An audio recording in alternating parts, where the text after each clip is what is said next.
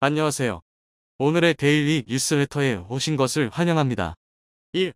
K의 사악한 버전. 2. 자유 낙하하는 중국의 아이프. 3. 시진핑의 악몽. 한번 진실을 알아봅시다.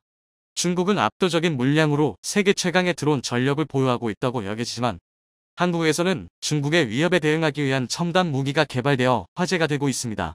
이 무기는 사용 시 소리도 나지 않아 중국의 드론 수천 대도 우수수 떨어지게 만들 수 있어 중국이 크게 당황하고 있다고 합니다. 이 무기는 무인 항공기를 감지하고 추적할 수 있는 기술을 사용하며 화면에 떠오르는 드론을 쏘아내리는 방식으로 작동합니다. 드론이 사용되는 현대전에서는 이처럼 비대칭 전력 수준의 활약이 중요해지고 있는데 우크라이나와 러시아의 전쟁에서도 드론이 이러한 장점을 잘 발휘했습니다. 우크라이나에 지원된 다양한 드론들이 러시아군 전차 위로 유유히 날아가 떨어뜨린 포탄으로 잇따라 괴멸적인 피해를 입히면서 미래에는 전차가 아예 무의미해지는 것이 아니냐는 말까지 나왔습니다. 게다가 러시아 흑해 한 대의 기함인 모스크바함은 단 한 대의 드론에 눈이 팔린 사이에 미사일에 얻어맞고 격침당하는 구로까지 당해 전 세계가 큰 충격을 받았죠. 이를 지켜본 세계 각국은 너나 할 것 없이 서둘러 드론 전력 강화에 나섰습니다. 특히 중국은 특유의 물량 공세로 어마어마한 양의 드론을 확보해 드론 전력에 있어서는 세계 최강 수준일 것이라는 예측까지 조심스레 나오고 있네요. 이것이 사실이라면 전차와 기갑병력에 혼신을 쏟고 있는 한국군한테는 커다란 위협이 아닐 수 없습니다. 세계 4위 기갑 전력을 보유한 한국은 국산 전차를 전 세계 이곳저곳에 수출까지 하면서 점차 레드팀의 목을 옥죄고 있습니다. 중국은 전차 잡는 데 특화된 드론 전력을 최대한 확보해서 이를 돌파할 생각이죠. 우크라이나의 전장에서 드론이 효과적으로 전차를 잡아내는 모습을 본 중국은 전략이 들어맞았다고 판단해 미소를 지었을 것입니다. 전차의 효용성에 대한 의문은 과거부터 끊임없이 제기되어 왔지만 드론이 전장의 스타로 떠오른 요즘은 그 정도를 넘어서 앞으로는 아예 전차가 사장될 것이란 전차 무용론까지 대두되는 상황입니다. 과거 거한거 포주의의 대명사였던 거대 전함들이 제대로 주포 사격을 해보기도 전에 공중에서 달려드는 함재기들한테 일방적으로 유린당했던 것처럼 전차 역시 드론에 의해서 같은 방식으로 몰락한다는 것입니다. 전황을 지켜보며 드론의 성능에 확신을 갖게 된 중국은 지금도 틈만 나면 드론으로 가까운 대만 해안의 초소를 엿보면서 위기감을 고조시키고 있어서 한국 역시 긴장을 늦출 수 없게 된 상황입니다. 그런데 사실 드론 병기의 증가는 우크라이나 전쟁에서는 아직 드러나지도 않았죠. 바로 군집 비행인데요. 수백 대의 작은 드론이 떼를 지어 날아가 목표물이 드론의 수량에 미쳐 다 반응하기도 전에 파고들어 자폭해버리는 전술을 뜻하는 것입니다.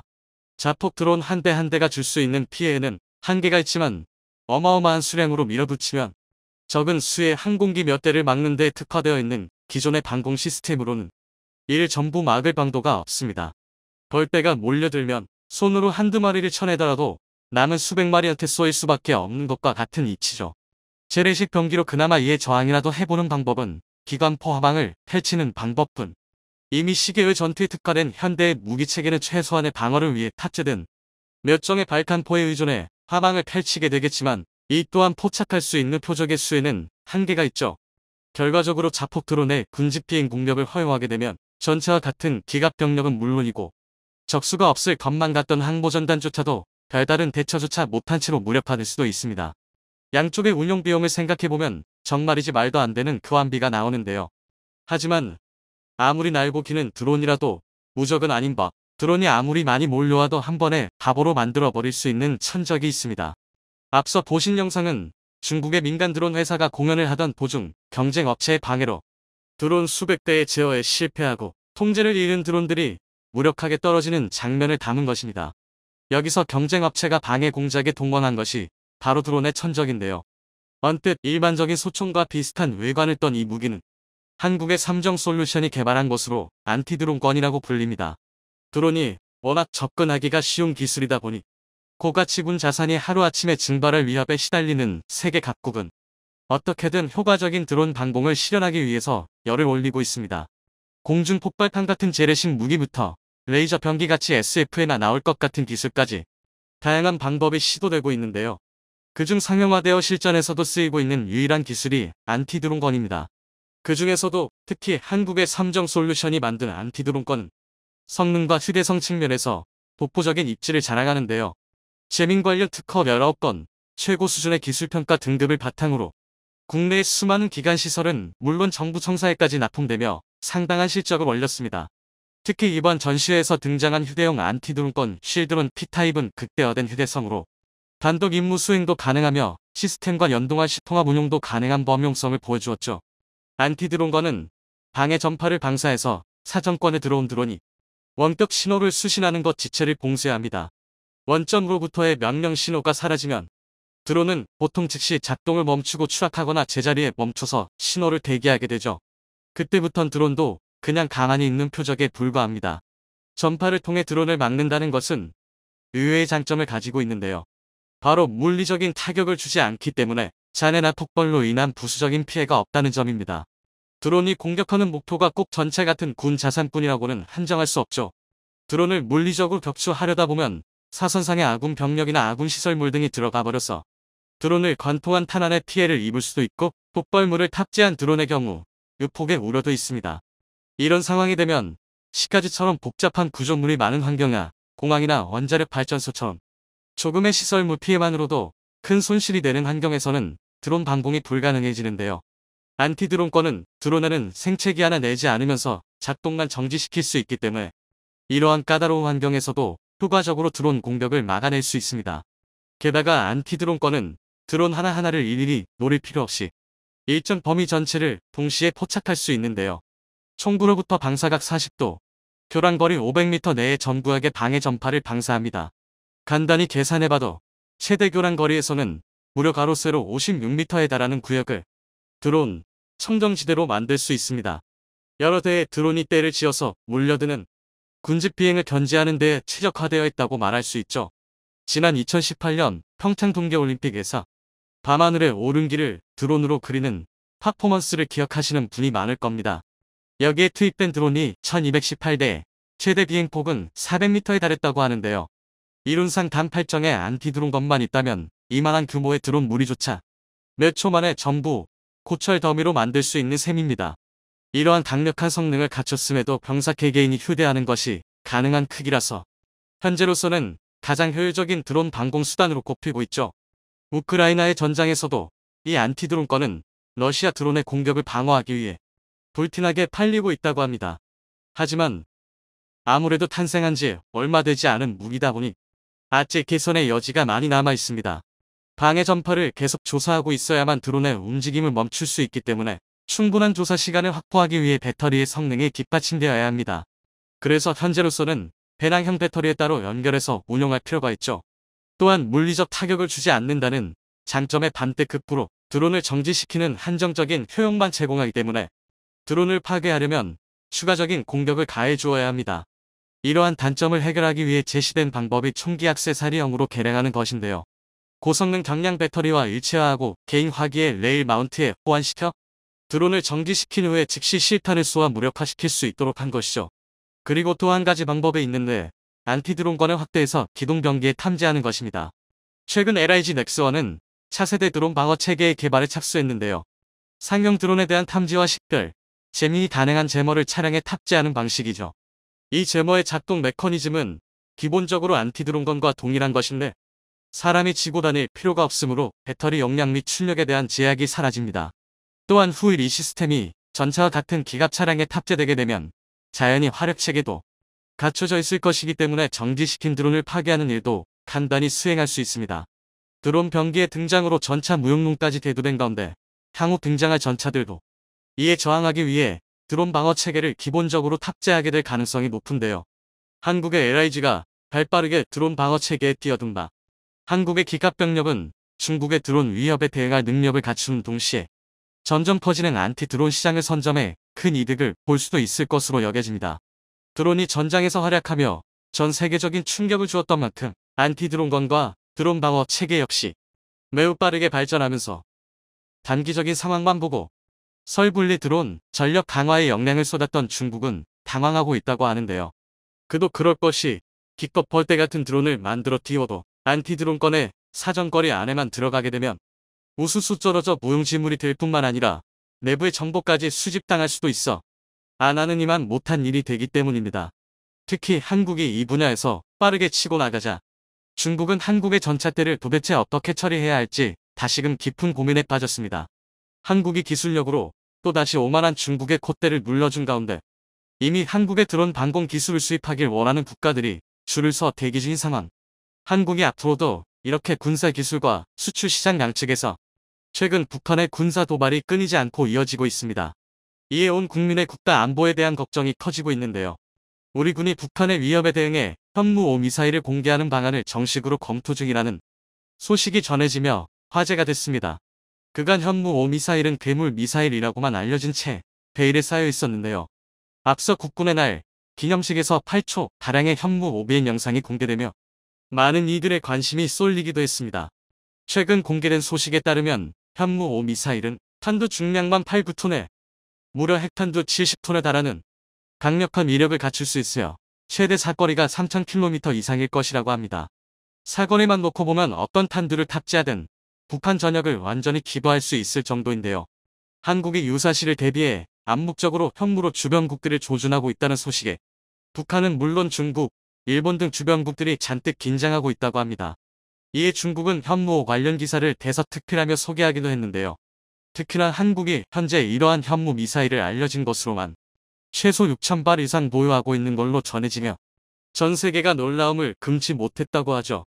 북한이 남북 군사 합의를 노골적으로 위반하며 전방위적이고 위험 수위를 넘는 무차별적인 도발을 이어가고 있습니다. 이에 국민들의 불안감은 나날이 높아져만 가고 있는데요. 군 당국은 연이은 북한의 군사 위협에 대응해 현무5 고위력 탄도미사일을 정식으로 공개하는 방안을 검토하고 있다고 합니다. 현무5 미사일은 단 한 발로 북한 지휘부를 괴멸시킬 수 있는 것으로 알려지며 일명 괴물 미사일로 불리고 있을 뿐 그간 현무5의 실체가 구체적으로 공개된 적은 없는데요. 2021년 한미 미사일 지침의 완전 해제 이후 대량 응징 보복용으로 개발이 급속히 진전된 현무5는 시험 발사가 성공했다는 얘기만 나왔을 뿐 정확한 실체가 드러나지 않은 대표적인 비닉 무기였습니다. 우리 군이 그간 베일에 쌓여있던 현무5 미사일의 공개를 검토한다는 것은 전술핵 위협으로 도발 수위를 높여가는 북한에 제대로 판단하라는 강력한 경고를 주려는 의도로 볼 수 있겠습니다. 전술핵으로 한국을 공격하면 북한 지휘부도 그에 상응하는 보복을 당할 수밖에 없다는 점을 확실하게 각인시키겠다는 것이죠. 앞서 국군의 날 기념식에서는 8초 가량의 현무5 비행 영상이 공개되며 큰 화제가 되기도 했는데요. 군 관계자에 따르면 현무5가 음속의 10배 이상으로 비행 후 표적을 타격할 경우 그 파괴력은 소형 전술핵과 맞먹는다고 합니다. 현무5는 재래식 무기이지만 핵무기급 위력을 가지고 있는 것으로 유명합니다. 핵무기가 아니기에 국제사회의 제재를 받지 않으면서 그 위력은 엄청나기에 전략적으로 사용하기 용이한 무기체계이죠. 현무5는 북한의 탄도미사일보다 더 정확하며 마하 10 이상의 속도로 나라 지하 100m보다 더 깊은 갱도의 지휘전략 표적을 파괴할 수 있을 정도로 관통력이 뛰어난데요. 현무5는 도발 원점에 대한 쪽집게, 초토화가 가능하게 북한의 지휘부와 핵 미사일 시설 등 도발 원점이 아무리 지하 깊숙이 견고하게 자리 잡고 있다고 하더라도 현무5 한 발이면 초토화할 수 있어 우리 군의 포복 능력을 제대로 보여줄 수 있습니다. 우리 군은 북한의 핵 능력이 레드라 임금지선에 근접한 만큼 현무5의 전력화를 앞당기는 방안도 추진 중인 것으로 전해졌습니다. 한 정부 관계자는 그간 알려졌던 수년 내보다 더 빠른 시기에 충분한 수량을 확보 배치하는 방안이 추진될 것으로 안다고 전하며 개발 완료 시점이 얼마 남지 않았음을 시사했습니다. 대한민국의 미사일 기술은 세계에서도 손가락 안에 꼽을 정도로 최고 수준을 자랑합니다. 지난 30년 동안 무려 700조 원에 달하는 어마어마한 국방비를 쏟아부어가며 만들어낸 대한민국 괴물 군대의 가장 살벌한 무기가 바로 현무 미사일인데요. 한국형 유도탄인 현무 시리즈 중 현무1은 역사도로 사라지고 탄도미사일인 현무2와 순항미사일인 현무3이 실전 배치돼 있습니다. 현무4부터는 아직도 베일에 가려 있는데 탄도미사일인 현무4는 2017년 미국이 한국의 미사일 탄두 중량 제한을 해제한 이후 개발이 시작된 것으로 알려져 있습니다. 괴물 미사일 현무5는 탄두 중량이 무려 8, 9톤에 달하는 것으로 알려져 있는데요. 한미 미사일 지침이 해제될 때까지 한국이 개발하는 미사일은 사거리 제한에 묶여 있었기 때문에 폭발력을 극대화하기 위해 탄두 중량을 늘리는 데 집중해왔습니다. 그렇게 쌓은 노하우로 현무5의 탄두 중량을 현무4보다도 3배 이상 늘릴 수 있었던 것이죠. 재래식 무기의 폭발력 최대치는 10톤 정도이기에 탄두 중량 8, 9톤이면 세계 최대급 이력입니다. 전술 핵무기에는 미치지 못하지만 수십 개를 동시에 터뜨리면 핵과 맞먹는 폭발력을 지니게 되는데요. 핵폭탄으로는 지하 50m 정도밖에 뚫을 수 없지만 현무호로는 지하 100m보다 더 깊은 링도 속의 표적도 파괴할 수 있게 오히려 관통력 면에서는 재래식 무기가 더 우수합니다. 한편 우리나라가 발사했던 나로호의 출력이 70톤 100톤이기 때문에 현무5가 그 이상의 출력을 가진 미사일이 될 수도 있다는 이야기가 나오고 있습니다. 이는 위성 발사용 우주 로켓과 대륙간 탄도 미사일의 원리가 크게 다르지 않기 때문인데요. 그에 따라 많은 이들이 누리호 발사를 ICBM 기술 확보와 동일선상에 놓고 보기도 합니다. 누리호가 발사될 당시만 해도 한미 미사일 지침 때문에 우리나라에서 개발한 우주 발사체 고체 연료 추진 체계를 적용할 수 없었으나 2021년 5월부로 한미 미사일 지침이 종료되면서 고체 연료 추진 체계 적용이 가능해졌습니다. 액체 로켓의 경우 발사 전에 연료를 주입해야 하지만 고체 연료를 사용한 로켓은 따로 주입할 필요가 없기 때문에 사일로 등에 오랜 기간 배치해 놓을 수 있죠. 최근 한국항공우주연구원과 국방과학연구소는 고체 추진 우주 발사체 성능 검증을 위한 첫 번째 시험 발사에 성공했는데요. ICBM과 기술적으로 동일한 한국형 고체 연료 발사체 시험 발사에 성공함으로써 대한민국의 미사일 기술력을 보여줬습니다. 그에 따라 일각에서는 현무5가 무려 핵탄두 70톤에 달하는 강력한 위력을 갖출 수 있을 것이라는 예상이 제기되고 있습니다. 또한 현무5는 한미 미사일 지침이 해제된 후 개발됐기 때문에 사거리가 800km로 제한돼 있던 현무4 탄도미사일과는 달리 그 사거리에 제한이 없어졌는데요. 현무5의 탄두 중량을 줄일 경우 3000km 이상까지도 날릴 수 있을 것으로 추정되고 있습니다. 한국이 3000km에 달하는 최대 사거리를 자랑하는 현무5를 보연 채 유사시를 대비해 암묵적으로 주변국들을 조준하고 있다는 소식에 북한은 물론 중국, 일본 등 주변국으로서는 크게 신경이 쓰일 수밖에 없는데요. 특히나 중국은 최근 한국의 현무5 관련 기사를 대서특필하며 소개하기도 했습니다. 매체는 최근 몇 년 동안 한국은 첨단 미사일 무기 연구 개발에 점점 더 많은 관심을 기울이고 있다며 한국이 공개한 최초의 중거리 고성능 탄도 미사일로 현무5를 소개했습니다. 괴물 미사일 현무5가 핵무기와 맞먹는다며 한반도와 주변 지역에 어떤 영향을 미칠지 우려된다고 우려의 시선을 제기했는데요. 현무5가 북한의 미사일 사일로와 폭병부대에 위협이 될 수 있을 뿐만 아니라 주변국들에 대해서도 큰 영향을 미칠 것이라 걱정의 목소리를 높였습니다.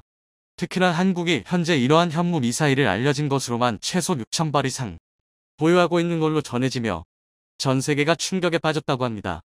우리 군은 공식적으로 알려진 것만 총 6,000발 넘는 미사일을 보유하고 있으며 포탄 보유량은 무려 800만 발이 넘는 것으로 알려져 있습니다.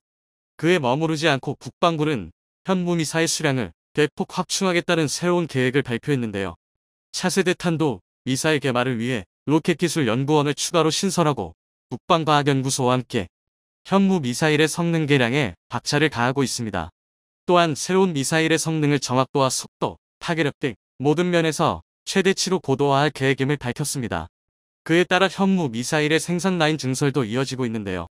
과거 한국이 개발했던 현무 미사일은 지상 발사만 가능했던 제한적인 미사일 플랫폼을 가지고 있었지만 2022년 현재 한국의 현무 미사일은 육군과 해군, 공군이 동시 운용하게 될 만능형 미사일 플랫폼을 갖추게 되었습니다.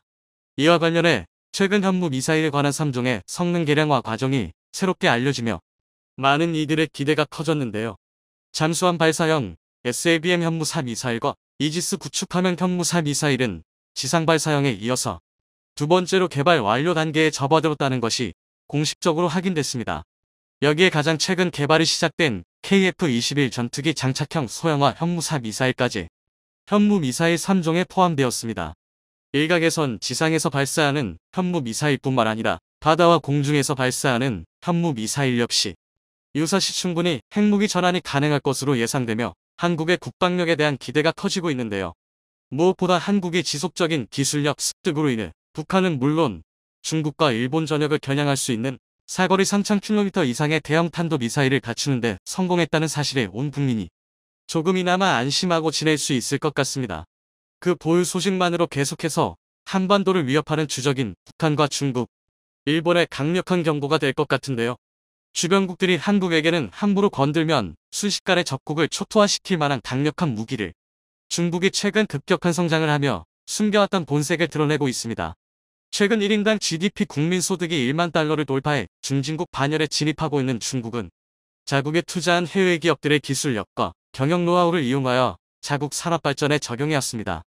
중국 정부는 1980년대부터 개혁 개방을 시작한 이후 자국 산업을 보호하겠다는 목적으로 외국 기업들이 중국 시장에 진출하는 경우엔 중국의 현지 기업들과 합작해 지분을 공유해야지만 사업 활동에 허가를 내주는 등 불공정한 조건을 내걸었습니다. 특히 중국 기업이 50% 이상 지분을 가져야 사업 허가가 났기에 해외 기업들은 합작법인의 지분을 절반 이하로 유지해야 합니다. 이런 조항들은 기술력과 자본력을 보유한 해외 업체들에게 굉장히 불리하게 작용하지만 세계 최대 시장으로 떠오르는 중국에서 사업하기 위해선 이런 위험을 감수하고 많은 글로벌 기업들이 중국에 진출하기 시작한 것입니다. 이런 식으로 중국 내 사업을 시작하는 경우 현지 중국 기업과 50%가량의 지분을 나눠야 하기에 이익을 나누는 것은 물론이고 해외 업체들이 수십 년간 쌓아온 기술력과 노하우를 비롯한 지적 재산들이 중국 업체에게 넘어갈 위험이 있으며 이를 이용한 중국 기업들이 독자적인 사업을 시작해 잠재적인 경쟁자로 커질 수 있는 위험이 있습니다. 이렇게 기술이 탈취될 수도 있는 위험은 물론이고 정치적인 리스크 역시 존재합니다. 중국 정부 눈밖에 나면 수십조 원을 투자한 중국 사업을 순식간에 접어야 할 위기에 놓이기도 합니다. 해외 기업들의 기술력과 노하우를 충분히 확보했다는 판단이 들면 중국 정부는 해외 기업들의 이용 가치가 사라졌다며 사실상 중국 시장에서 쫓아내고 있습니다. 이런 식으로 중국 시장에서 가장 큰 견제를 받는 해외 기업이 도저히 못 버티겠다며 한국행을 공식화한 건데 일본에선 공장 유치에 실패해 우리나라 기업들도 역시 예외는 아니지만 상대적으로 안전한 것으로 확인되고 있습니다. 중국 내 반도체 생산 거점인 삼성전자 시안 공장은 삼성 측에서 지분 100%를 보유하고 있는 것으로 알려졌습니다. 중국 우시 지역의 SK하이닉스 메모리 공장도 SK하이닉스가 100%의 지분을 보유해 중국 업체들의 숟가락 엎기를 원천적으로 차단한 상태입니다. 우리나라 반도체 업체들이 중국 사업의 리스크를 우려해 진출을 망설이자 중국 정부에서 예외적으로 특별 혜택을 주며 자체적인 지분만으로 사업 활동을 하도록 한 것인데요. 현대차도 중국 내 지분을 100%까지 늘리도록 허가를 받으며 중국 업체의 지분을 정리하고 있습니다. 2002년 중국에 진출한 현대자동차는 중국 정부의 방침에 따라 50대 50 합작법인을 유지해왔지만 최근 중국 정부의 허가를 통해 100% 지분을 가진 현대 상용차 법인을 새로 탄생시키는 등 새로운 변화가 생겨나고 있습니다. 하지만 중국 시장의 밝은 관계자들은 중국 정부가 이유 없이 규제를 완화할 리는 없다며 알려지지 않은 속셈이 있다고 분석했습니다. 먼저 중국의 유리한 위치를 선점한 분야는 시장을 개방하며 인심을 쓰는 척하지만 이런 선심성 정책은 아직 중국에 진출하지 않은 새로운 기업들을 끌어들이기 위한 전략으로 보고 있습니다. 현대차의 사례를 보면 알 수 있습니다. 지난 2016년 당시만 하더라도 현대차는 중국 시장에서 1년간 116만 대를 판매하는 등 엄청난 실적을 올렸지만 중국 정부의 자국 기업 육성 정책을 정면으로 맞은 현대차는 2021년 기준으로 30만 대 수준의 판매량을 기록하며 판매량이 5년 만에 4분의 1로 줄었습니다.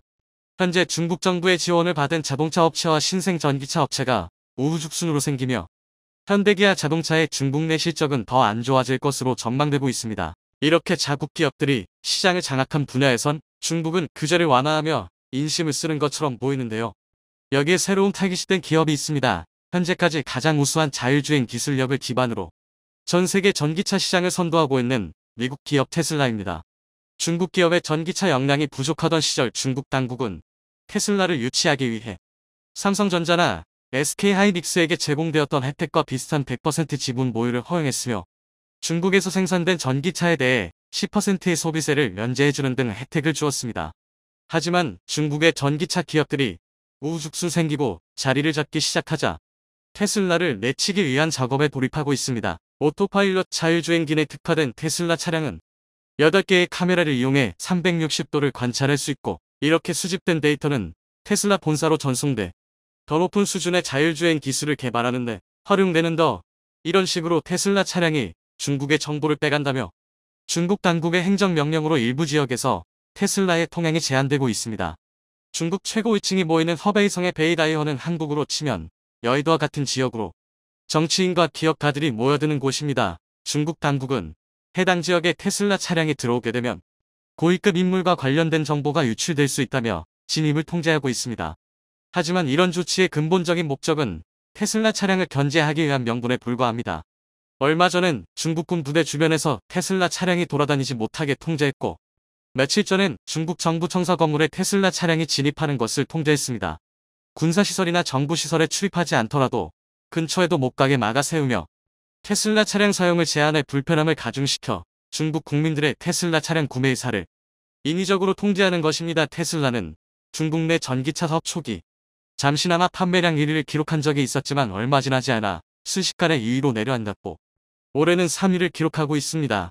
갈수록 중국 현지 업체들에게 밀려 점유율이 하락하고 있는 상황입니다. 현재 중국의 전기차 시장 점유율 1위부터 15위까지 기업들 중에서 3위인 테슬라를 제외하면 모두 중국 업체들입니다. 처음엔 중국 시장의 거대함에 속아 진출하지만 막상 진출하고 나면 중국 정부의 자국 기업 육성 정책의 기술과 자본 모든 것을 이용당하고 결국 중국 사업을 철수하는 구조로 변하는 게 모든 글로벌 기업들이 한 번씩 겪는 일입니다. 여기에 수개월간 지속된 상하이 봉쇄를 통해 상하이 공장 생산에 직격탄을 맞은 테슬라는 중국 시장의 한계를 정면으로 체감해 사실상 철수 작업에 준하는 대책 마련에 나서고 있다고 밝힌 가운데 그 대안으로 한국 공장이 1순위로 검토되고 있다며 업계 관계자들은 전하고 있습니다. 상하이 봉쇄가 시작되며 중국에서 제대로 된 생산이 불가능해지자 테슬라 최고 경영자 일론 머스크는 중국 이외의 아시아 국가에 공장을 세울 수 있다고 언급했습니다. 이 발언은 사실상 한국을 겨냥한 발언으로 보는 이유가 있습니다. 첫 번째로 한국은 아시아 최고의 전기차 생산업이다.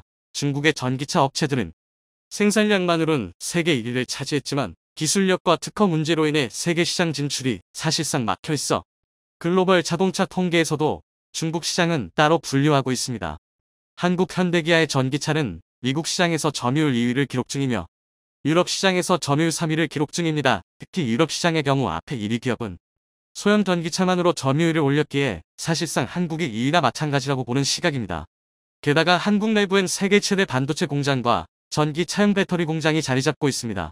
온갖 첨단 전자장비로 무장한 전기차의 생산기지로 한국만큼 적합한 곳이 없다는 상황입니다.